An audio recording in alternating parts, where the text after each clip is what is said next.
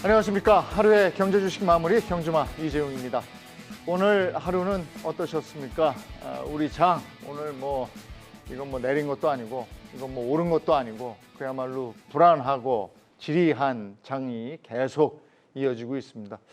언제나 우리가 바라는 그런 장이 될런지 기대하면 그런 날이 오기나 하는 건지 그렇습니다. 자, 오늘도 우리 장 또 글로벌 장 분석 한번 해보도록 하죠. 경주마 함께 달려줄 세 분의 기수 여러분께 소개해드립니다. 어서 오십시오. 네, 안녕하십니까. 반갑습니다. 아이고 언제 올까요? 그냥 어서 왔으면 좋겠습니다. 바람입니다. 이제. 오긴 하겠죠. 네. 네. 빨리 와야죠. 네, 신나게 달릴 그런 장이 오긴 하겠죠. 오늘 이슈, 데일리 이슈 2개 저희가 선정을 해놨는데요. 카카오페이 얘기부터 좀 해야 되겠습니다. 카카오페이가 오늘 큰 폭으로 하락했는데 카카오페이에 무슨 일이 있었던 겁니까? 네, 카카오페이의 2대 주주인 알리페이에서 어저께 500만 주나 되는 물량을 시간에서 블록딜로 매도를 했다는 소식 때문에 10% 이상 크게 하락을 했습니다. 아마도 이제 시장 참여자분들이 놀라신 건 두 가지였을 것 같아요. 하나는 500만 주라는 엄청 많은 물량을 매도를 했음에도 불구하고 아직까지 4,600만 주가 남아있다라는 것이고요. 또 다른 한 가지는 할인율이 굉장히 높았습니다. 그러다 보니까는 이 정도 가격에서 추가로 또 나중에 그러면은 나올 수 있는 부분이 아닌가. 왜냐하면 9만 원 초반대에 이제 가격이 형성돼서 매도가 나온 것이거든요. 네, 그래서 그 점들이 악재로 작용을 했다 그렇게 생각을 합니다. 할인율이 마이너스 8.5에서 마이너스 11.8 이 정도 된다고 하는데 지금 이제 걱정되는 건 알리페이가 가지고 있는 주가 또 그렇게 많아요? 그러면 그것도 처분할 수 있는 거 아니에요?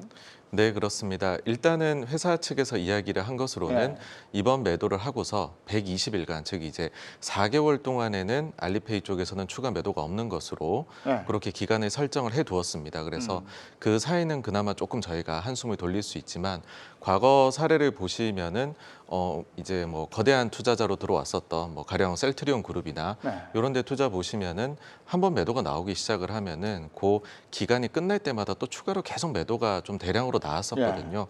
아마 그런 기억들이 좀 나쁘게 작용한 것으로 보입니다. 전에도 이런 일이 있었죠? 블록딜이 이루어지면서 주가가 떨어진 경우가 있었죠? 여러 차례가 있었고요.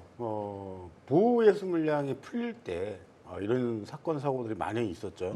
예를 들어서 신규 상장을 할 때 멋지게 상장을 합니다. 고평가된 상태로 올라가는데 그 고평가를 만들기 위한 투자자들이 많이 있죠. 투자자들이 특정 기간이 지나고 나면 이제 가격이 매도가 되거나 이렇게 오늘처럼 블록들이 연출이 되는데 항상 결과론적이지만 역사가 계속 반복되는 것 같습니다. 피해자는 항상 우리 동학개미들이고 이익을 보는 투자자들은 또 큰 쩐주라고 하죠. 쩐주들만이 큰 이득을 보는 구조가 바뀌질 않고 있어요.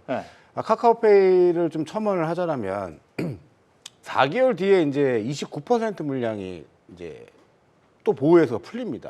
그럼 신뢰를 지금 잃은 상황에서 불과 얼마 전만 하더라도 자사주 막 임원들이 팔아서 그렇게 말이 많았지 않습니까? 공역을 치렀죠. 그런데 그때 매달 20만 원만 받고 주가 끌어올리는데 올인하겠습니다라고 사죄를 했었는데 지금 이게 사죄의 결과인지 참으로 놀라울 따름이고요. 전략적 어떤 파트너십은 제가 알겠습니다. 알리페이가. 그러나 우리 국민들은 그러면 전략적 어떤 아무것도 아닌가요? 국민들을 위한 또 국민주로서 호응을 얻었던 또 회사고 한다라면 개인 주주분들의 입장들도 좀 많이 배려를 하는 그런 또 시기가 좋은 장이 아니에요. 그렇죠. 굳이 구태여 이런 분위기 속에서 굳이 이런 블록딜을 진행했어야 하는 것과도 좀 의심스러운 부분입니다. 카카오페이는 요즘에 조금 오르고 있지 않았었어요? 반등이 나오고 있었죠. 그렇죠. 원체 많이 빠진 상태에서 반등이 나와 있었고. 근데 참을 확 견진 거예요. 완전히 이제 기대 심리가 사라졌고 시도는 좋아요. 카카오가 만든 성안에서 움직이는 그 화폐를 이제 카카오페이가 담당을 하는 건데 멋진 성장성이 있는데 주가가 너무 형편없다. 이렇게 되면은 더 이상 추가 매수할 자금도 없는 개인 투자자들 그리고 신규로 들어올 수 있는 매수 자금들이 눈치 게임 속에서 포기하는 사태가 많이 이뤄지지 않을까 생각이 됩니다. 그 2대 주주 알리페이의 이런 결정을 막을 수는 없었던 거겠죠? 그렇죠. 일단 뭐 알리페이랑 작년에 제가 기억하는데 알리페이랑 뭐 전략적 관계로서 이제 오래 끌고 가겠다라는 그런 얘기를 하긴 했었어요. 근데 사실 투자자기 때문에 그런 말들을 다 믿을 수는 없거든요. 그래서 일단 이런 이슈가 있다 하더라도 앞에서 이사님 말씀하신 대로 지금 시점이 너무 안 좋은데 사실 뭐 주가가 계속 가는 상황에서 이런 블락들이 나왔다 하더라도 주가가 급락을 했을 텐데 지금 워낙 시장도 안 좋고 주가 흐름도 지지부진한 상황에서 블락들 얘기까지 나와버리니까 당연히 지금 보여 계신 개인 투자자 입장에서는 좋게 보일 수가 없죠. 사실 카카오라는 거는 잘 아시겠지만 카카오를 봤을 때도 이제 예전에 카카오는 아니잖아요. 네. 중요한 기업들 전부 다 분할 상장, 쪼개기 상장 다 해버리고 그런 것부터가 사실은 굉장히 우리 일반 개인 투자자들한테 피해를 주고 있는 행위인데 지금 이미 뭐 분할 상장되어서 나간 이런 기업까지 또 이런 이슈를 만들어 버리니까 카카오에 대한 이 신뢰를 어떻게 회복할지 저는 되게 의문이고 이게 뭐 단순히 대표가 얼마 될 때까지 돈 안 받겠다 이거로 풀릴 문제는 아닌 것 같아요. 왜냐하면은 그들은 이미 처음부터 엄청난 돈을 벌고 가지고 있을 텐데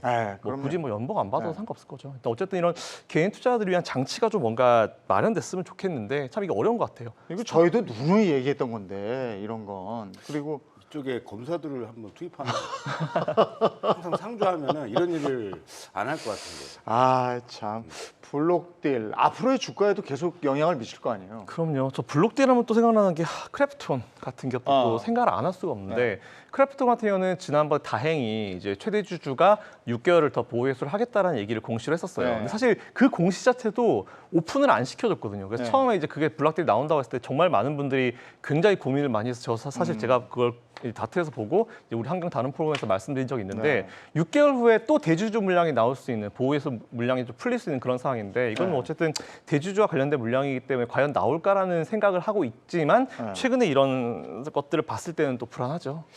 카카오는 뭐 저 외인들이 지금 폭탄 매도를 하면서 계속 떨어지고 있는데 카카오페이 또 이렇고 계속 엎친 데 덮치는 악재만 계속 있습니다. 네, 맞습니다. 그러면 문득 드는 생각이 테슬라의 일론 머스크는 양반이지 않나. SNS에 다 공개를 하거든요. 나 주식 매도할까?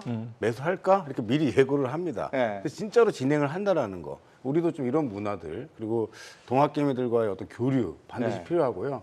우리 좀 챙겨주세요. 다 같이 살아야 되지 않습니까? 아이고 답답한 장에 답답한 얘기로 시작을 했습니다. 이번에는 지수 발표된 거 가지고 얘기를 좀 나누겠습니다. 우리 GDP 관련 발표 있었고 GNI 지수 이건 좀 생소하고 설명을 좀 해주시겠어요?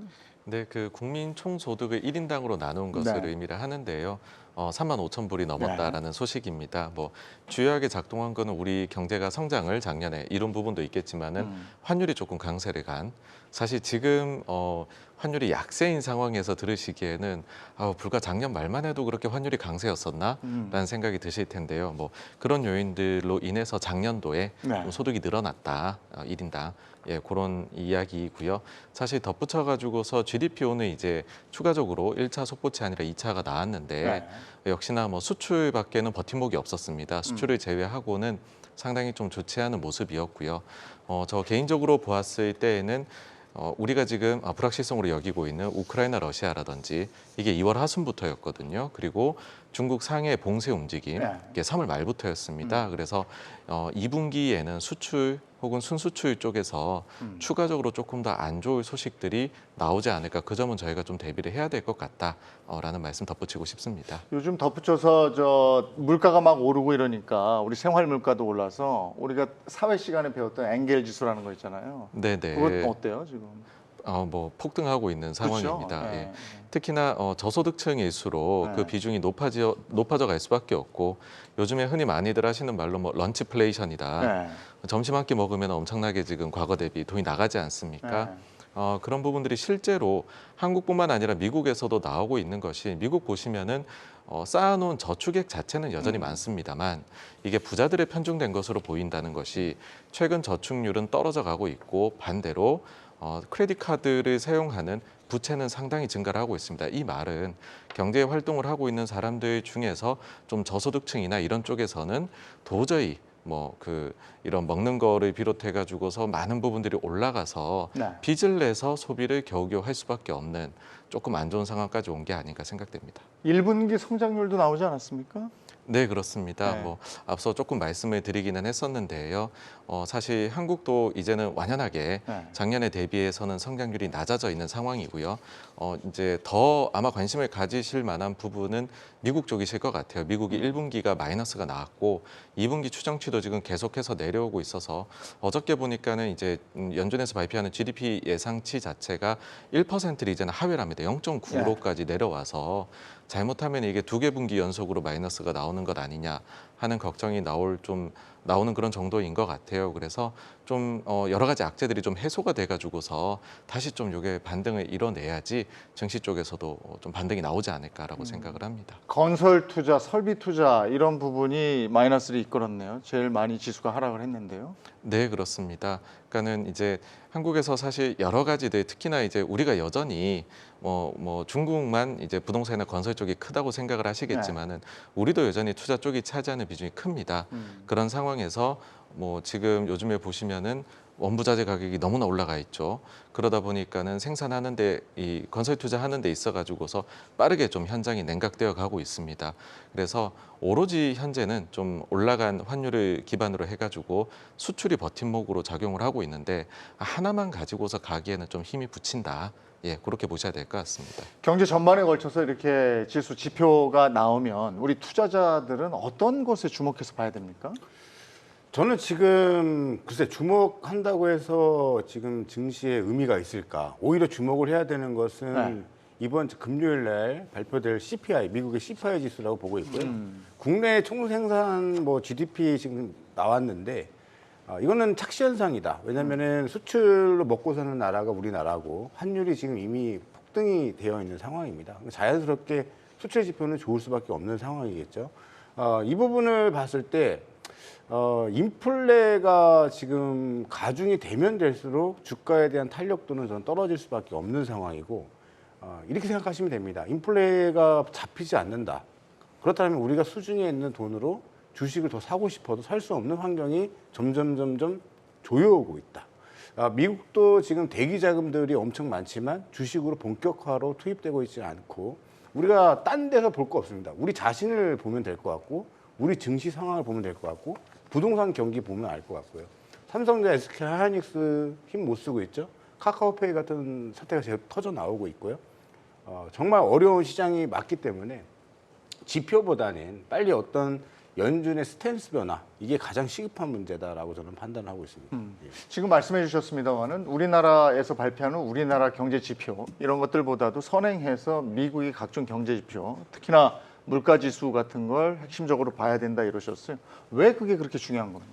일단은 미국이 전 세계 아무래도 금융의 중심이기 때문에 미국의 CPI가 굉장히 중요한 부분도 분명히 있고 미국의 이런 상황에 따라서 우리나라도 영향을 굉장히 많이 받기 때문에 뭐 수출 수입에 대한 부분도 많이 엮여 있기도 하고요. 그렇기 때문에 일단 미국이 어떻게 돌아주냐에 따라서 이제 분위기가 달라질 수 있을 것 같은데 일단 저도 이번 주 금요일 날 발표된 이사님 말씀처럼 이제 CPI 발표가 굉장히 중요한 어떤 시점이 되지 않을까. 국내에 발표되는 지표나 사실 CPI도 마찬가지지만 분기마다 뭐 달라질 수는 있긴 있어요. 뭐 기저효과에 대한 부분도 있기 때문에 그래서 굉장히 복잡한 이런 식들로 인해서 만들어지긴 하지만 우선은 미국에서 CPI가 이번에 왜 중요하냐면 지난번 같은 경우는 이제 3월 달에 사실 한 번 딱 25bp를 인하하고 나서 사실 연준이 그거밖에 안 했거든요. 근데 그걸 하고 나서 CPI가 오히려 8개월 만에 이제 감소를 이제 둔화가 되는 모습을 보였어요. 근데 이번에 5월 달 건 왜 중요하냐면은 5월 달에 잘 아시겠지만 50bp 금리 인상했고 그리고 QT까지 이제 진행을 했지 않습니까? 물론 QT 시작은 6월 달부터 했지만 그래서 5월 달, 6월 달 CPI 두 개가 중요한 이유가 연준이 자기가 원하는 이제 지금 현재 경기를 잡기 위한 인플레이션을 잡기 위한 정책들을 처음으로 사실상 한 거거든요. 원래는 3월 달에 50bp 하고 싶었는데 러시아 우크라이나 관련 이슈가 터지면서 못했죠. 그래서 25bp를 한 상태에서 CPI를 처음 맞았는데 그게 오히려 그렇게 막 25bp밖에 안 했는데도 불구하고 8개월 만에 둔화가 나왔으니까 우리가 원하는 대로 50bp 했고 QT까지 진행하고 나서 QT는 6월 달부터 하니까 6월 쭉 진행해서 보면은 아마 7월 달 발표가 되겠죠. 그래서 5월, 6월 CPI 두 개를 보시는 게 과연 여기서 둔화세가 두 번 정도 더 이어지게 되면은 인플레이션 정점에 대한 얘기 나올 것 같아요. 그에 따라서 이제 미국의 CPI가 굉장히 중요한 것이고 미국에서 그렇게 먼저 잡아준다라고 하면은 이제 관련되어 있는 이제 밑에 있는 부분들 다 연결이 되겠죠. 그러니까 시장이 반응을 했느냐? 네. 내가 이제 물가 잡으려고 금리 인상했는데 그 금리 인상을 한 결과가 지금 시장에 반영이 되느냐를 보는 아주 중요한 지표가 된다 이런 말씀이세요. 예측들 할 거 아닙니까? 어느 정도 나오겠다 하고 예측하는데 어느 정도 해야 되는 겁니까? 지금 예상치가요 범위가 조금 있습니다. 네. 그런데 평균으로 따지고 보면 한 전년 동기 대비 8.2에서 8.3% 정도를 보고 있는 것 같아요. 그러니까 아주 높은 숫자이죠. 이 비슷한 거 아니에요? 뭐 저는 그 8.5 지난달하고 8.5. 8.5, 조금 내려가는 8.3, 예, 그다음 부분인데요. 아, 요 정도 차이도 의미가 상당하다 이렇게 보는 건가요? 이게 워낙에나 물가가 너무너무 중요하니까 앞서도 다 말씀해 주셨지만은요. 너무너무 중요하다 보니까 여기에서 조금 이제 높게 나온다라고 하면은 또 아유 이것 때문에 더 빠지는 거 아니야? 네. 그런 걱정들이 많이 반영이 지금은 되고 있는 민감한 장세다. 범위가 지금 그렇습니다. 8.2에서 8.3이 아니고 7.5에서 8.4까지 본다는 분석이 있는데 예, 만약에 맞습니다. 앞에 7자 그려주면 주가에도 반영을 좀 하는 거죠? 뭐 7자가 나오면 당연히 반영할 것 같고요. 앞서 말씀드린 거 이제 평균치로 했을 때 지금 네. 예, 그 예상의 그 정도 수준으로 지금 보고 표정을 있습니다. 보니까 7자는 없을 것 같다 이런 말씀이신 것 같고 그럼 근데 8.2 정도? 근데 그게 저는 크게 의미는 없는데 아, 그게 또 의미 없 시장의 또 이 숫자의 네. 또 중요시 여기는 연준은 네. 또 굉장히 따집니다. 근데 사실 8.2든 8.3이든 7. 몇이든 간에 네. 시장이 보고 있는 건 전 분기 대비 네. 혹은 전월 대비해서 빠졌느냐 안 빠졌느냐. 네. 그러면 앞에 PCE 지표 발표됐을 때도 조금 빠졌거든요. 근데 환호를 했어요. 봐, 피크아웃 됐지? 하고. 근데 그게 반짝 오르고 말았습니다. 네. 그러니까 이번에도 CPI가 반짝 오르고 그러니까 증시에 만약에 적게 나오면 둔화돼서 나온다라면 증시에는 호재로 보이겠지만 네. 반짝 오르고 말 가능성이 매우 높고요. 그래도 두 번 연속해서 둔화 조짐이 보이면 네. 첫 번째하고는 다르겠죠. 아닙니다. 둔화 될 거라는 의견 반, 기대 안 한다 반이 있는데 왜냐하면 CPI 지수에는 곡물가, 에너지, 네. 그다음에 식료품가가 다 들어가 있어요. 네. PC는 안 들어가거든요. 네. 식료품 가격하고 에너지 가격이 안 들어가요. 어. 유가가 지금 하나도 안 빠졌지 않습니까? 그렇죠. 천연가스도 폭등하고 있고요. 지금 미국에서는 곡소리가 나오고 있죠. 네. 산유국인데도 불구하고 훨씬 우리나라보다 더 비싼 네. 휘발유 쓰고 있거든요. 이런 부분들이 어떻게 나올지 저는 확실한 둔화가 아닌 이상은 시장은 크게 반등은 어렵지 않을까 보고 있습니다.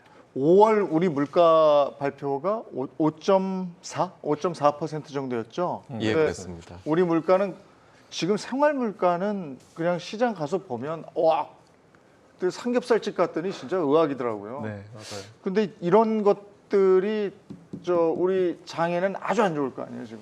우리도 상황이 지금 녹록치가 않은 거 아니에요. 그러니까 저는 사실 물가를 보는 시선이 두 가지 방향이 있어요. 그러니까 딱 우리 소비자 입장에서 봤을 때는 물가가 이렇게 올라가면 당연히 너무 부담스럽죠. 사실 제가 오늘 아까 오전에 안 그래도 기름을 넣고 왔는데 원래 이제 셀프 주유소 가면 네. 이제 풀로 채우면 이제 15만 원 정도가 결제가 되잖아요. 실제로 이제 얼마가 채워지냐에 따라서 그 금액 차이가 또 있었는데 네. 오늘은 한 600원밖에 차이가 없더라고요. 그래서 이거 보면서 와 유가가 정말 많이 올랐구나. 이제 소비자들이 직접 느낄 수 있는 바가 좀 커졌구나라고 부담스러워하는 어떤 소비자의 측면인 반면에 이제 기업들 입장에서 봤을 때는 사실 이런 인플레이션을 이용해가지고 이제 기업들이 이제 판매하는 그 재화의 가격들이 다 올라가요.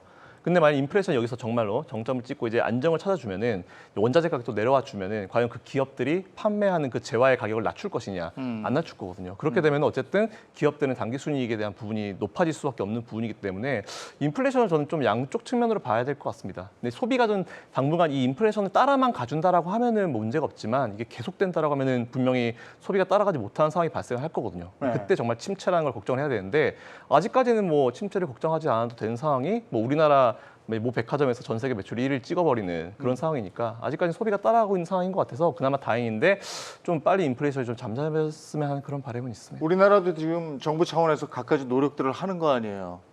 금리도 따라서 인상하고 이러잖아요. 네, 맞습니다. 실제 이제 신임 그 한국은행 총재께서도 이번에 네. 5%대의 높은 그런 물가가 좀 지속돼 그리고 내년 초까지도 4%대 물가 우려를 하면서 향후에 좀 더 타이트하게 통화 정책을 가져가겠다 이야기를 할 정도로 지금 물가 문제를 심각하게 다루고 있습니다. 근데 이번에 저희가 5.4%라는 숫자를 봤었을 때 뭐 13년 만에 최대다 그러면서 2008년 이후 최대치라고도 이야기를 하는데 그럼 그때 당시에는 무슨 일이 있었느냐라고 해서 보시면 그때 당시가 이명박 정부였었고요. MB 물가 지수라는 것이 있었습니다. 50개가 넘는 품목을 가지고 가격 제한을 했었던. 아, 맞아요. 기억납니다. 예, 하지만 결과는 잘 아시다시피 네. 실패로 끝이 났었고 결국에는 이 물가는 어떻게 잡혔느냐 하면은 그 뒤에 있었던 금융위기가 엄청나게 심화가 네. 되면서 침체로 인해서 결국은 내려왔었던. 그러니까 인위적인 부분은 약간씩의 분칠은 할 수 있지만 근본 문제 해결은 못한다 그렇게 봅니다. 전체적인 움직임을 인위적으로 어떻게 할 수가 없다 이런 말씀이신데 당장 우리가 이제 급한 게 요즘 그 얘기 많이 나오잖아요. 전기요금, 가스요금 뭐 이런 부분들입니다. 근데 상당히 고민이 많을 것 같아요. 일단은 요즘 같은 시기에 삼겹살을 사 드신다는 거는 행복하신 겁니다. 지금 전기를 가스료를 제가 왜 굉장히 제가 마음이 서글프냐면 네. 이 말씀하신 백화점에서 고가의 물건을 사고 있는 세대들도 있지만 그 밑에 있는 세대들은 점심값이 모자라서 네. 편의점에 상주하는 젊은 층들이 굉장히 많아졌고요. 네. 깜짝 놀랐습니다. 그래서 그걸 보고 편의점주를 사야 되는가 또 고민도 해봤었고요. 1인식으로 포장 낫게 돼서 나오는 밀키트가 또 굉장히 많이 또 나오고 있고요. 네. 또 전기료, 가스료가 올라가게 되면 조그만 자취방에서 공부하고 있는 우리 젊은 학생들, MZ세대들이 고충이 또 느껴집니다. 근데 이런 부분들이 실질적으로 반영되는 것은 아마 여름이 피크를 치면서 네. 가을로 갔으면 좀 풀어지겠지라고 느끼겠지만 피크를 친 정점에서 계속 쭉 유지가 될 것으로 저는 판단이 돼요. 아까 말씀하신 것처럼 미국도 마찬가지입니다. 지금 뭐 인플레를 잡겠다고 하지만 경기 침체 없는 인플레를 잡는다라는 건 저는 있을 수 없는 이론이라고 보고 있고요. 두 개를 다 잡고서 경기 침체 없이 경기 성장을 만들고 싶겠지만 그거는 우리가 꿈꾸고 있는 어떤 하나의 모습이다. 오히려 받아들여야 되고 지금 다가오고 있는 이 상황을 어떻게 타개한다라는 관점보다는 그 환경 속에 흡수가 되면서 이겨내는 과정을 가져가야 되지 않을까 생각이 들어요. 그래서 우리가 이렇게 모여서 이런 얘기 저런 얘기 하지만 저는 비관론으로 계속 한 몇 개월을 이야기했거든요. 비관론을 이야기할 때마다 안티가 많이 늘어납니다. 네. 근데 안티를 생겨도 말을 하는 건 이게 현실이기 때문에 그래요. 현실이기 때문에 현실을 알려드리고 있는 거고 지수는 뭐 지지부지 방어를 해주는 것 같지만 전저점 깨진 종목이 한두 종목이 아닙니다. 네. 그래서 저는 위험 신호를 계속 알려드리는 거고 받아들이자. 달게 우리가 받아들일 수는 없겠지만 쓴맛이 나겠지만 이겨내는 한 과정이다라고 봐야 될 것 같습니다. 이겨내야 되는데 장을 떠나서 이겨내야 됩니까? 아니면은 장에서 계속 버티면서 이겨내야 됩니까? 지금 이 정도면은 네. 각자 도생입니다. 각자 살아남아야 돼. 지금 이게 그러니까 알아서 판단하라. 아니죠. 지금은 이미 주가 충분히 빠졌잖아요. 네. 아무도 예측할 수 없는 거예요. 이게 네. 더 빠질 거예요? 아니면 여기서 올라갈 거예요? 네. 예측을 우리가 숱하게 해왔지만 예측한데 일어나는 것이 아무것도 없습니다. 네. 지수는 반등이 나왔지만 삼성전자, SK하이닉스 전저점 붕괴됐죠. 삼성전기 전저점 붕괴됐죠. 또 삼성 SDI 또 전저점 붕괴됐죠. 시장의 흐름이 그래요. 네. 그래서 이게 미리 리스크 관리하고 현금 확보를 미리미리 대응을 하지 않으면 단순히 올라가겠다는 생각으로 버티기로 들어가는 것은 좀 위험하지 않나. 오늘도 또 안티가 좀 생겼다. 네. 지금 저 무슨 얘기인지 알겠어요. 근데 장을 떠나버리면은 그 이 장에 아예 안 봐버리면 예. 이 흐름을 다시 따라갈 수 있을까 이런 고민 때문에. 저는 대한민국의 버팀목이 되고 있는 기업들은 아예 떠나시는 게 전 좋다고 봅니다. 내가 팔 생각이 없다. 그리고 대형주 말씀하시는 것 같아요. 대형주든 뭐 예를 들어서 낙폭 가된 게임주든 이 파고를 이게 밀고 올라갈 수 없어요. 저는 그렇게 봅니다. 아니면 질질질 옆으로 횡보하던가 질질질질 끌려 내려갈 수밖에 없어요. 그러면은 시장을 보면서 모든 시간을 또 스트레스를 받으면서 허비하는 것보다는 경주마를 보면서 마음을 그냥 다스리시고 그 말 나온 방송에는- 김에 그러면 예. 다시 돌아오는 거는 언제쯤이 좋다고 생각하세요? 돌아오는 거요? 예. 솔직히 말씀드릴게요. 예. 피가 낭자할 때입니다. 시장에서 네. 곡소리가 나와야 되는데 아직 곡소리가 하나도 안 들리고 있고요. 어제는 무슨 얘기했냐면 저 객장이 조용하대요. 네네. 증권사 객장이. 네네. 근데 이때는 바닥이 아닌 것 같고 네. 증권사 객장에서 고성이 오갈 때. 그것도 바닥이 아닙니다. 아, 그래요? 예. 그럼 뭐예요? 극단적 선택을 했다는 뉴스들이 나와야 돼요. 아, 이건 너무 가신 거 아닙니까? 근데 제가 소신 발언하는 겁니다. 네. 과거의 통계를 보면 다 그랬고요. 예. 제가 2008년 금융위기 겪을 때도 많이 겪었고요. 네. 그 아픔을 알기 때문에 지금 이렇게 말씀을 드릴 수 네. 있는 거죠. 그런 파동이 나와야 되는데 지금은 온통 긍정적인 마인드가 더 강한 것 같아요. 네. 저점이다. 견디고 올라갈 수 싶으니까. 있다. 맞아요. 견디고 싶으니까. 이해하지만 예. 그렇게 됐으면 제가 틀렸으면 좋겠어요. 네. 근데 모든 뷰가 저는 그게 안 보입니다. 아직까지. 아. 반등 시 매도고요. 매도했다라면 현금 갖고 좀 기다려야 돼요.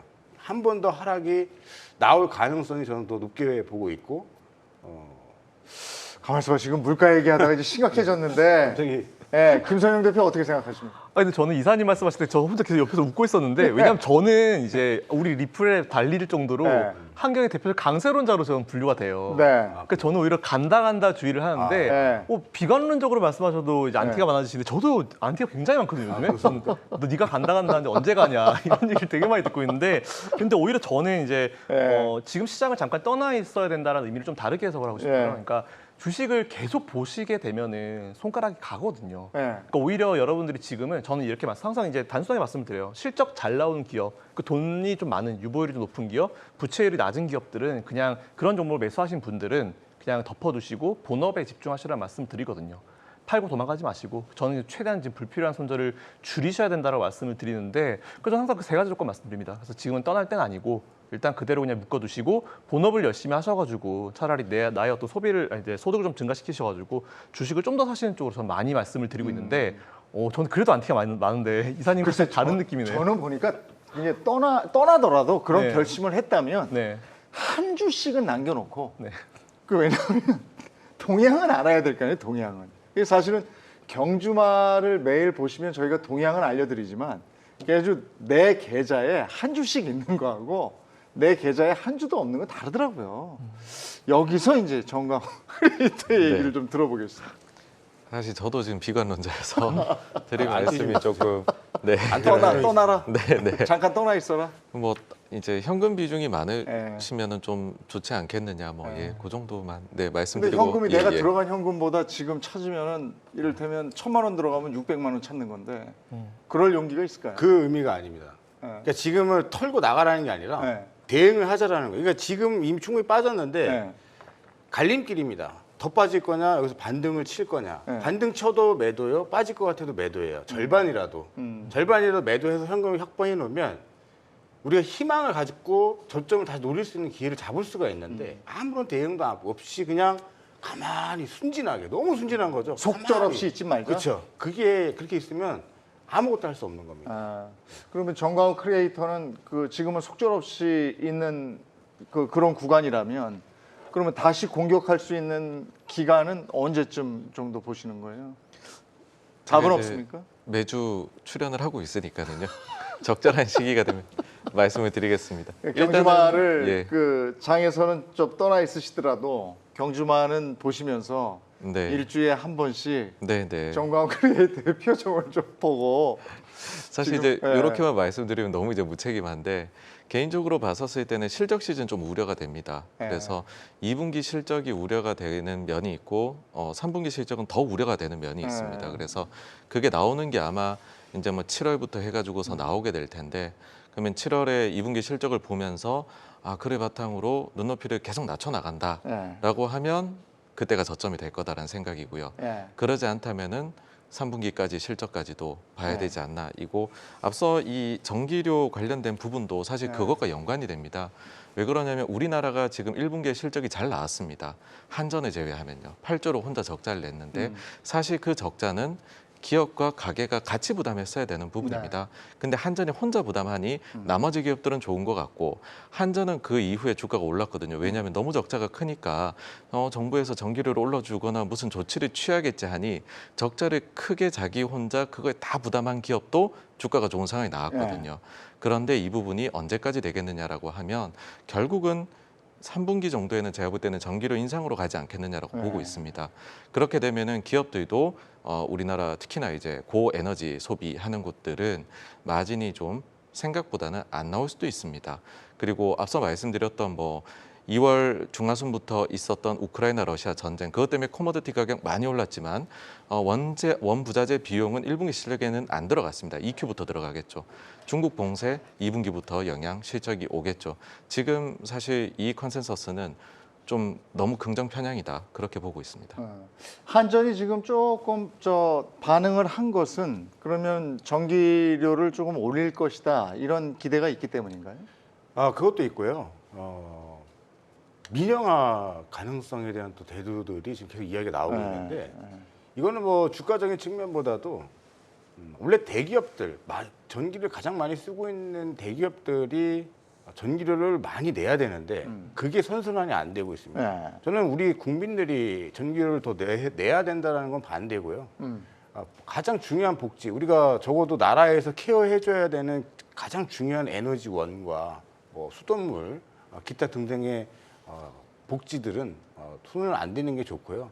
아마 이번 이제 신정부가 들어섰는데 너무 어려울 때 들어섰습니다. 이거를 극복을 잘 해 나가야 되는데 어떤 스탠스를 보이든 욕 먹을 것 같아요. 욕 먹을 것이고, 근데 기업들 편보다는 국민들 편에 서서 대응을 해주시는 게 좋지 않을까 생각이 듭니다. 그래서 근데 지금 뭐 전기 뭐 이렇게 에너지 얘기가 나왔으니까 유가 얘기가 뭐 빠질 수가 없는 것이고 정유 쪽 얘기도 안 해볼 수가 없어요. S-오일 어제 얘기했는데 S-오일 같은 경우에는 52주 신고가더라고요. 근데 지금 이게 정유주에는 반영이 되는 거잖아요. 네. 다른 정유주는 어떻습니까? 일단 지금 S-오일이 가장 먼저 치고 나가고 있는 부분은 또 분명히 있는 것 같아요. 근데 나머지 기업들도 보면은 이제 저평가 라인에 있는 기업들이 굉장히 많거든요. 네. 근데 유가가 지금 뭐 얼마를 올라가냐 이런 얘기가 굉장히 많은데 어차피 저는 유가는 계속 올라갈 거라 보고 있어요. 네. 그래서 지금 아시겠지만 이제 유가가 올라가는데 이걸 갖다가 뭐 어떤 곳에서 뭐 추가적으로 더 이제 증산을 한다 어쨌다 이런 얘기가 나오는데 사실 이번에 증산량 보면은 증산하니 마니한 그 정도 양을 했고요. 그러니까 지금은 오히려 증산을 하는 그런 이제 기름을 뽑아내는 그런 국가들이 과연 이거를 맞춰줘가지고 유가를 막기 위해서 증산을 더 할까? 저 같으면 안 할 것 같거든요.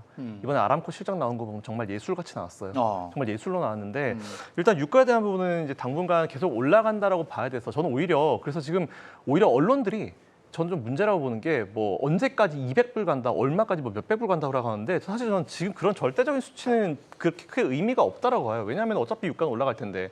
그리고 이게 되게 재밌는 게 뭐냐면 과거의 사례에서도 유가 올라가는 게 굉장히 부담스러웠던 시기가 있었는데 굉장히 부담스러운 유가 가격이지만 이걸 또 다른 쪽으로 해석이 되는 경우도 있었거든요. 아직 경기가 굉장히 괜찮아지고 있기 때문에 유가가 올라가고 수요가 많이 올라가니까 유가가 올라간다. 이렇게 또 해석을 하는 경우가 있었던 경우도 사실 2000년도 초반에 있었어요. 2000년 초반에 이라크랑 이제 미국이 전쟁을 하면서 그때도 유가가 장난이 아니었었는데 그때 당시에도 결국 아시겠지만 지수로 치면 저점 라인이었었고 그리고 금리 인상 직전이었고 그래서 저는 오히려 2000년도 초반 분위기랑 지금이랑 좀 많이 비슷하게 가는 그때도 사스가 있었고 LG카드 대란이 있었고 사실 저도 그때 주식을 하고 있었기 때문에 이런 케이스들을 보면은 일단 유가에 대한 상승 부분 어쨌든 유가는 앞으로 계속 올라가겠지만 결국 중요한 거는 이제 시장이 그걸 갖다가 어떻게 받아들이냐에 따라 가지고 분위기가 많이 달라질 거라 보고 있습니다. 그래서 저는 그런 유가의 절대적인 수치나 금액보다는 이제 그걸 시장이 어떻게 받아들이는지가 중요할 것 같은데 과거에 실제로 올라가는 유가도 이제 경기가 괜찮아져서 수요가 증가해서 유가가 올라가는구나라고 심리적으로 확 바뀐 적이 있었기 때문에 이런 것도 있었구나 정도로 여러분들이 한번 그냥 배경지식 정도로 알고 계셔도 좋을 것 같습니다. 이게 이제 유가가 120불 이상 올라가고 막 이러면서 우리가 생각하는 게 예전에 겪었던 오일 쇼크 지금하고 뭐 분위기는 다릅니다만 그 옛날 사정이 다 같을 수는 없겠습니다만 근데 어쨌든 그때도 무지무지 힘들었는데 그 이겨낸 경험이 있잖아요. 그때 어떻게 이겨냈습니까? 오일 쇼크 때는 사실은 못 이겨냈었습니다. 증시가 이 73년도에 1차 오일 쇼크가 있었고요. 그때 당시에 미국 증시는 상당히 좋지 않은. 그러니까 그때 다 완전히 패닉 상태에 빠지고 막 전부 다 이게 어떻게 되겠냐 이러다가 붕괴되는 거 아니냐 막 이렇게 비관론이 팽배했잖아요. 근데 어쨌든 그건 다시 갔잖아요. 그거 어떻게 갔냐는 거죠. 그 뒤에 가게 된 거는 이제 양쪽을 생각해야 될 텐데요. 하나는 소비 쪽에서 너무 높아진 유가를 견디지 못하고 소비에서 파괴가 나타납니다. 더 이상 소비 못하고 좀 줄이게 되는 또 이제 차를 좀 절대하고. 파괴라는 게 줄였다는 얘기입니까? 예, 그렇습니다. 그리고 또 하나는 유가가 높으니 이 가격에선 내가 투자를 신규로 해도 돈을 벌겠구나라고 아마도 뭐 정유사나 아니면은 뭐 그 오일앤가스 이제 시추하는 업체는 생각할 수 있겠죠. 그래서 또 이제 탐사가 증가하면서 공급이 또 증가를 하게 되고요. 그래서 그 양방향의 효과 때문에 나중에는 이제 좋아지게 되나 그 당시에는 상당히 고통이 좀 뒤따랐었던 그런 상황이 있었습니다. 근데 우리 같은 지금 이런 상황이면 어제도 잠깐의 얘기를 했습니다만은 미국이 셰일가스가 있잖아요. 근데 그걸 지금 셰일가스 캘 생각은 하지 않는 거잖아요. 그리고 신재생 에너지 쪽으로 가려고 하는 거잖아요. 이게 뭐가 맞다고 보십니까? 셰일 쪽은 계속 뭐 개발을 해서 진행은 되고 있는데 중요한 건 셰일 석유든 원유든 가스든 간에 팬데믹이 왔을 때 공장 증설 설비 투자를 못했어요. 멈춘 거예요. 앞으로 경기 전망이 어렵다라고. 근데 정유사들 입장에서는 그게 딱 좋은 거죠. 왜냐하면 가격이 올라가거든요. 그러니까 굳이 우리가 더 돈을 들여서 더 시추를 안 하더라도 가격이 방어가 되니까 원래 오히려 룰루랄라 하고 있는 게 미국 정유사들입니다. 그리고 저는 지금 사태를 딱 두 줄로 말씀드릴 수가 있는데 과거와 지금이 틀린 이유는 인플레가 있고 없고의 차이예요. 지금 인플레이션 40년 만에 온 인플레이션입니다. 그때 당시에는 인플레이션이 있었고 지금은 있는 게 현실 상황이고요. 그다음에 채권금리도 마찬가지예요. 10년물 채권금리가 2%대를 20년을 유지하던 것이 지금 3% 돌파했다가 내려왔다, 돌파했다가 내려왔다 하고 있지 않습니까? 이 금리는 사실 20년물 채권금리의 10년 평균 가격이란 말이에요. 그러니까 이게 벌써 어그러져 있다는 거죠. 판 자체가 어그러져 있다 보니까 과거의 데이터, 지금의 데이터가 안 맞는 거죠. 근데 우리가 알 수 있는 거는 본능적으로 알 수 있는 건 우리 피부에 와닿는 걸 느끼시면 됩니다. 당장 지금 6월 도매 삼겹살 가격이 20% 이제 올라갈 거예요. 6월 달부터. 그러면 물가가 더 올라갈 거고 이것이 여름 또 가을 오면 우리 피부에 더 와닿을 겁니다. 그래서 이런 부분들 봤을 때 과거와 지금의 가장 차이점은 인플레이션이다. 네. 근데 미국은 정유사들이 설비 증설을 안 해놨기 때문에 지금 시추를 하더라도 정유 가격이 마진이 좋아서 지금 가만히 있는 거다 이렇게 보시면 될 거예요. 근데 국제적으로 이제 유가가 이렇다면 잡힐 수 있는 호재는 없는 것이고 유가가 계속 고공행진을 할 때 예전에는 미국이 셰일가스 해서 그래도 이제 균형을 맞추고 했는데 지금 셰일가스를 안 캘 것이다라고 보면 지금은 그 대체 에너지밖에 없는 거잖아요. 그래서 지금 OCI하고 그 한화솔루션 뭐 이런 데가 오르는 겁니까? 그런 종목들을 봐야 되는 겁니까? 지금 그거밖엔 대안이 없는 겁니까? 근데 그렇게 따져보면 이런 시장은 또 중국이 탑이란 말이에요. 뭐 태양광은 거의 중국이 원탑이니까. 네. 근데 지난번에 뭐 바이든 대통령이 태양광 거의 뭐 중국이 하라고 그냥 그것만 빼줬잖아요, 사실은. 네. 관세를 할 때 그냥 아예 태양광을 중국한테 넘긴다는 느낌이 좀 굉장히 강했었는데 일단 제가 봤을 때는 그런 것 같아요. 이제 셰일가스 사실 저는 셰일가스 얘기를 들었을 때 어떤 얘기를 들었냐면 셰일가스 뭐 한다고 해서 유가가 얼마나 잡힐까? 얼마 뽑아낼까? 밸런스를 얼마나 맞춰줄까?라는 그런 생각이 사실 들었었거든요. 근데 오히려 저는 지금 바이든 행정부가 그 신재생 에너지를 좀 많이 밀어붙이고 있는 그런 상황인 것 같은데 그래서 지금 이런 신재생 에너지 라인으로 좀 생각해 볼 수 있을 것 같은데 2000년 초반이나 지금이랑 봤을 때 그때보다는 지금 확실히 신재생 에너지 쪽으로 많이 개발을 하고 관심이 좀 많아진 건 사실이죠. 최근에 뭐 ESG 경영 이런 얘기까지 나오면서 굉장히 좀 친환경적인 에너지를 많이 해보자라는 얘기가 나오는데 솔직히 저는 여기도 조금 의문부예요. 그래서 저는 과연 신재생 에너지를 지금 당장 상황에서 과연 유가가 이런 걸 맞춰줄 수 있을까? 밸런스를 맞춰줄 수 있을까? 아무리 신재생 에너지를 개발을 시킨다 하더라도 당장의 어떤 유가를 맞춰주는 거는 큰 의미는 없다라고 좀 보고 있어서 저는 모르겠습니다. 그러면 지금 당장 전쟁이 끝날 것 같지도 않고 증산밖엔 방법이 없는 거잖아요. 그러면은 예. 아랍 국가에서 좀 협력을 해줘야 될 거 아닙니까? 아랍 국가 상황이 녹록치가 않습니다. 네. 그러니까 지금 이제 그 코로나가 닥친 이후에 당시에 이제 선물이 마이너스까지 갈 정도로 유가가 네. 엄청 빠졌고 그래서 일부 국가를 제외하고서는 재정이 좀 좋지가 않습니다. 그리고 최근 2년 동안에 거의 뭐 메인터넌스도 비용을 하지도 않다 보니까는 네. 쿼터를 다시 늘려줘도 그만큼 생산이 안 늘어나고 있습니다. 가령 현재 쿼터를 이미 일평균으로 80만 배럴을 못 맞춰주고 있어요. 그런 상태에서 쿼터를 20몇만 배럴 더 늘린다고 한들 얼마나 나오겠느냐. 현재도 지난달에 40만 배럴 늘린다고 얘기를 했지만은 실제 늘어난 건 15만 배럴밖에 늘지를 못했습니다. 그래서 이거는 어쩔 수가 없습니다. 지금 상황 자체가 모두가 사실은 지금 상황에서 최선을 다하고 있지만 그렇게 해서 나오는 게 이 정도이다. 그렇게 보셔야 될 것 같고. 아니 예. 7월에 바이든하고 뭐 사우디 그 관계자 뭐 왕입니까? 만난다면서요? 그것도 만난다고 이야기를 했다가 아직까지 파이널 플랜이 결정된 것은 아니다라고 또 바이든 대통령이 얘기를 했기 때문에 확정된 부분은 아니고요. 사실 여기에 추가로 더 들어온 거는 러시아 문제입니다. 러시아에서 특히 지금 요즘 보시면 디젤 경유 쪽이 가격이 높은데 네. 러시아가 유럽이 쓰는 수입하는 물량 그 디젤 중에 절반이 러시아에서 오는데 그 부분이 지금은 완전히 지금 붕괴가 됐거든요. 그러다 보니까는 유럽에서 아시아나 북미 쪽에서 디젤을 수입하게 되었고 그쪽에도 가격이 다 올라가 있습니다. 오죽하면은 지금 뭐 일부에서는 배급제를 해야 되는 거 아니냐라는 이야기까지도 나오고 있고 그다음 숫자로 말씀을 드리자면은 미국 같은 경우에 코로나 이전하고 지금 비교하면은 정유 설비가 오히려 90만 배럴이 줄어버렸습니다. 그러니까 지금 약간 좀 답이 없습니다. 지금 당장 바로 설비를 늘리는데 들어가도 몇 개월은 걸릴 것이고 그렇게 해야 겨우 잡힐 텐데 근데 아직 늘리는 것도 안 보이는 것이죠. 예. 우리가 물가 얘기 오늘 좀 하고 있는데 물가 잡으려면 유가부터 좀 잡혀야 되는 거고, 그죠? 그리고 풀린 돈 좀 걷어들여야 되는 거고 이런 거잖아요. 어느 순서대로 가야 되는 거예요? 지금 딱 제가 정리를 해드리면 지금 연준이에요. 연준도 지금 처음 가는 길이에요. 그렇죠. 뭐냐면 통화량도 줄이고 긴축도 하고 금리 인상도 하고 전 연준 의장이 제닛 옐런이었는데 그때는 긴축과 금리 인상 두 개를 같이 했는데 통화량까지 엎어서 하는 건 이번이 파월이 처음입니다. 잡아야 되겠다는 의중이 강하고 미국 중간 선거 물려 있고 인플레이션 잡지 않으면 아마 실패할 거예요. 바이든은. 그래서 이 부분 때문에 강력하게 추진제로 밀어도 인플레이션 과연 얼마나 잡힐까는 빨리 안 잡힌다. 결론은 빨리 안 잡힌다. 연말까지 해봐야 수치가 조금 둔화되는 건 보이겠지만 내년은 넘어가야 되는 거가 저는 판단이 되어지고 있고 제가 스탠스 변화를 말씀드리고 있는데 월가의 대다수의 부정론자, 비관론자들은 아직도 팬데믹 이전 수준 대비해서 빅테크 기업들이 40% 이상 상승이 돼 있기 때문에 아직도 고평가라는 말들이 나오고 있고요.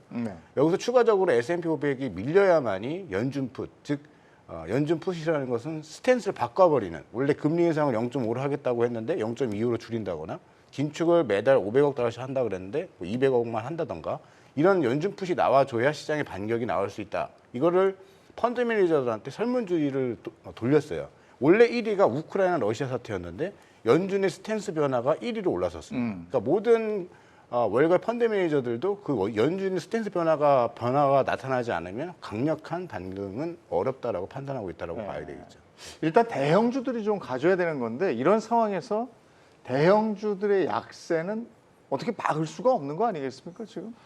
일단 대형주라고 하면 우리나라 삼성전자, SK 하이닉스부터 이제 얘기를 해봐야 될 것 같은데 사실 삼성전자는 저는 그냥 나이브하게 말씀드리면 이제 지금 지배구조 관련 얘기 나오잖아요. 지배구조 관련 전문가를 이번에 영입하셔가지고 이제 지배구조 개편에 대한 부분을 마무리를 짓겠죠. 짓고 나서 같이 이번에 어마어마한 돈을 푼다라는 소식을 발표했는데 그 정도 시점이 좀 맞아 들어가게 되면은 본격적인 움직임이 좀 나올 수 있을 것 같고 사실 저는 오늘 조금 의아했던 게 환율이 이렇게 빠졌는데 외국인들 매수가 거의 없었어요 오늘. 뭐 살짝 빠졌잖아. 네, 그렇다 하더라도 이제 예전 같으면은 우리나라 원화가 좀이나 강세가 가주면은 외국인들이 바로 반응을 했는데 오늘 같은 경우는 이제 아무래도 내일 쿼드러플 이칭대의 영향이 좀 있는 것 같아요. 어쨌든 SK 하이닉스와 삼성전자는 저는 이제 이게 예전에 저도 이제 올해까지 주식 투자 3년 정도 했나? 98년도에 개차 처음 만들었으니까 이렇게 하면서 지켜보면은 그랬던 것 같아요. 이제 우리나라 주식은 보면 이제 실적 발표가 아무리 잘 돼도 못 간다라는 인식이 있거든요. 근데 이게 지나고 보면은 항상 실적 발표 잘 나왔던 기업은 지나고 보면 이만큼 올라와 있어요. 사실 인플레이션도 저는 말씀드리고 싶은 부분이 인플레이션 잡히고 투자한다 하잖아요. 근데 누가 보더라도 잡혔다는 상황이면 주식은 다 올라 있어요. 이미. 그래서 정말 여러분들이 저점 근처에서 매수를 하고 싶으시다, 투자를 좀 타이밍 일찍 하고 싶다 하시면은 조금 공포해서 매수하시는 것도 좋을 것 같아요. 그런 의미로 삼성전자나 SK 하이닉스 같은 경우는 지금 차곡차곡 되게 잘 만들어가고 있는데 앞에서 우리 크리에이터님 말씀하신 대로 2분기 실적에 대한 부분은 저도 조금 우려가 돼요. 근데 여기서 포인트를 잡을 부분이 시장이라는 거 되게 웃긴 게 뭐냐면은 숫자가 아니더라도 이제 컨센트를 발표하지 않습니까? 근데 아무래도 2분기가 안 좋을 거라고는 그 누구나 다 알고 있기 때문에 컨센트를 다 보수적으로 낮춰 잡을 거예요. 근데 오히려 그 보수적으로 낮춰 잡은 그 수치보다 잘 나오게 되는 경우에는 시장이 또 반응을 할 수 있거든요. 생각보다 괜찮네라는 그런 게 중요하기 때문에 어쨌든 시장은 아무리 뭐가 잘 나와도 아무리 좋다 하더라도 수급이 들어와야지만 가는 거고 아무리 안 좋아도 수급이 들어오면 가는 거기 때문에 저는 오히려 이렇게 실적이 꼬박꼬박 잡히는 이런 상황에서 대형주들은 좀 계속 모아가셔야 되고 항상 저는 대형 IT주 그리고 이제 철강주들은 무조건 좀 여러분들이 포트에 넣으시는 게 좋다라고 생각하고 있습니다. 예, 너무 겁먹지 말고 네. 예, 그렇게 해라. 두 분하고는 조금 다른 견해세요. 네, 맞습니다. 예. 그리고 이제 카카오 아까 얘기 잠깐 했는데 외인들이 카카오 많이 팔고 우리 국내 투자자들도 굉장히 부담스러워하고 하는데 카카오 유니버스라는 걸 공개했어요. 뭐예요? 네, 이제 카카오에서 뭐 일종의 메타버스 공간을 만드는 그런 작업인데요. 아마 이제 여기에서 계속해서 발전이 이루어져 나갈 것으로 예상이 됩니다. 그래서 사실 최근에 보시면 페이스북 같은 경우에도 이름 자체를 메타로 바꾸고서 그쪽으로 집중을 하겠다라고 하듯이 카카오 측에서도 나름대로의 그런 생태계를 조성해 나가는 과정이다 보셔야 될 것 같고, 사실 근데 이게 이제 단기간에 뭐 기업 가치나 아니면 실적에 영향을 미치기는 조금 아직은 어려운 요소 수준으로 아직은 발표된 것으로 보입니다. 카카오가 이러고 있는 사이에 아까 크래프톤 얘기도 잠깐 했는데 여기는 지금 올라가고 있어요?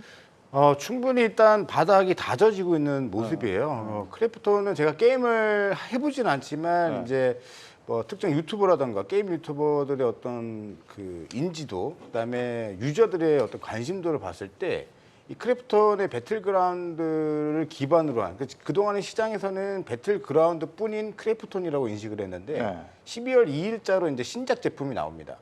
여기서 제가 조금 기대를 했던 건 엊그제 열린 WWDC에서 MR 헤드셋이 공개를 못했어요. 그걸 저는 하기를 바랬거든요. 왜냐하면 그 MR 헤드셋이 그다음에 메타버스와 연관이 되어지면서 게임과 접목할 수 있는 거거든요. 이런 부분들을 봤을 때 콘솔 게임, 즉 크래프톤에서 진행하고 있는 신작 게임들에 대한 기대치들이 하반기로 갈수록 늘어나고 있는 게 사실입니다. 실적도 1분기 실적이 모든 예상치를 깨고 50% 상향이 나왔거든요. 그래서 크래프톤 이미 낙폭이 과대한 기업들 중에 게임이 기반이 돼야 됩니다. 그러니까 게임이 인기가 있어야 돼요. 단순히 코인, 뭐 P2E, NFT 이런 식으로 갖다 붙여서 움직이는 게임주는 저는 안 된다고 보고 있고, 게임 유저가 탄탄한 기업들이 바닥에서 움직일 수 있는 섹터들을 봐야 된다. 그래서 NC소프트 움직였고요, 크래프톤 움직였고요.